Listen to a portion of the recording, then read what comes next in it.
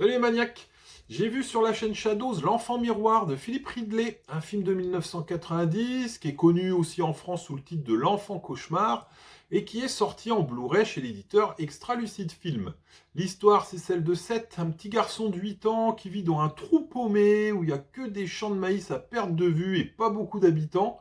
Bon, il trouve quand même le temps avec ses deux potes Eben et Kim à faire des blagues de mauvais goût à leur pauvre voisine qui a rien demandé, comme par exemple de faire exploser des grenouilles quand elle passe à proximité, ce qui est pas bien sympa. Il vit avec sa mère qui est un peu perturbée et qui attend le retour de son fils aîné Cameron qui est parti à la guerre, et avec son père qui est beaucoup plus discret et qui aime bien se réfugier, lui, dans la lecture de romans.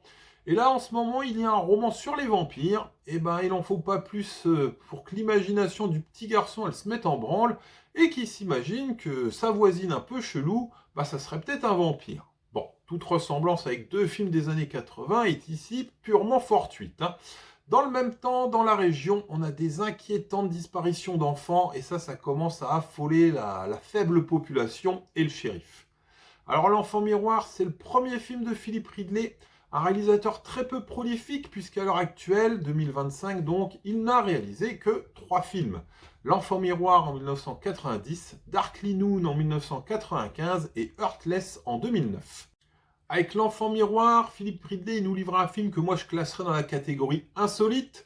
Vous savez, c'est ce type de film qui nous embarque dans des univers vraiment particuliers, originaux, parfois décalés, des univers qui ressemblent à rien de connu, un peu à la David Lynch, hein, pour faire simple, en nettement plus soft ici. Et l'insolite, il provient à la fois du récit, donc qui se vit du point de vue de notre jeune héros de 8 ans, et aussi il provient de son aspect visuel.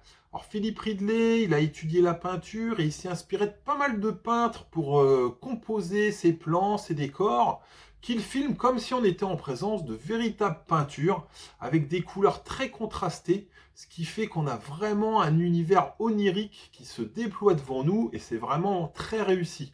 Par exemple, il a repeint les épis de maïs en jaune, hein, pour accentuer cette couleur à l'écran, et ça il ne l'a pas fait en post-prod, hein, il l'a fait en direct.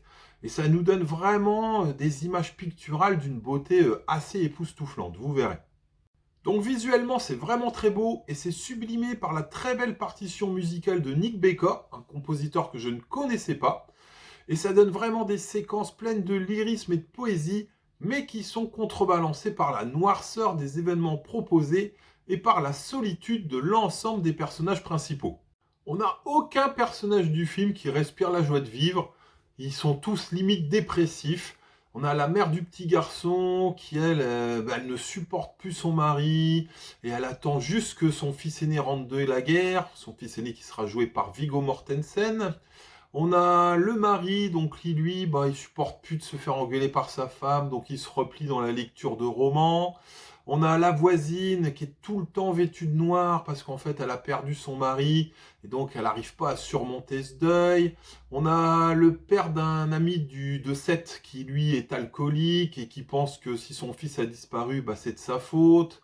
Bref, vraiment, c'est très noir et la luminosité des images, elle est tout le temps contrebalancée par la noirceur des événements, en effet. La seule lumière qui apparaîtra, c'est quand Viggo Mortensen il revient à la maison et là, ça va un petit peu changer. Il va redonner goût à la vie, par exemple, à la voisine.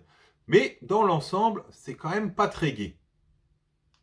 Le film nous parle évidemment du difficile passage de l'enfance à l'âge adulte, caractérisé par Seth, qui à 8 ans n'a pas les codes pour réussir cette transition. Et il s'invente donc une sorte de monde parallèle un peu fantasmé pour faire face à la cruauté des adultes et à ce qu'il ne comprend pas. On a aussi ces disparitions d'enfants qui le mettent face aux horreurs de la vie. Et on a une séquence vers la fin où notre jeune héros, il va faire quelque chose que je vous dévoilerai pas, mais il le fait en toute conscience, en sachant très bien ce que ça implique, et ça, vous verrez, c'est un peu malaisant. Alors attention, hein, L'Enfant Miroir, c'est absolument pas un film d'horreur, hein, mais c'est un film qui flirte constamment à la lisière du fantastique poétique. C'est un film très contemplatif, hein, il n'y a quasiment pas d'action, mais c'est un film voilà, qui est très différent des codes des films actuels, hein, où tout va très vite. C'est un film atypique. Moi, il m'a séduit, hein. Visuellement, je vous dis, c'est d'une beauté picturale vraiment à couper le souffle. Et il fait partie des petits films oubliés, donc qui méritent vraiment d'être mis en avant. Donc si vous avez l'occasion, n'hésitez pas à le découvrir et venez me dire ce que vous en avez pensé. Allez, le petit tableau. Niveau violence, un 0,5 sur 5. Niveau gore, un 0,5 sur 5. Ça, c'est juste pour la scène où le crapaud explose, là. Et la pauvre voisine, elle est entièrement maculée de sang. Niveau nudité, un 0 sur 5. Mesdames, on voit tout de même les fesses de Viggo Mortensen, pour celles que ça intéresse. Et mon appréciation, je lui mets vraiment un bon 7 sur 10.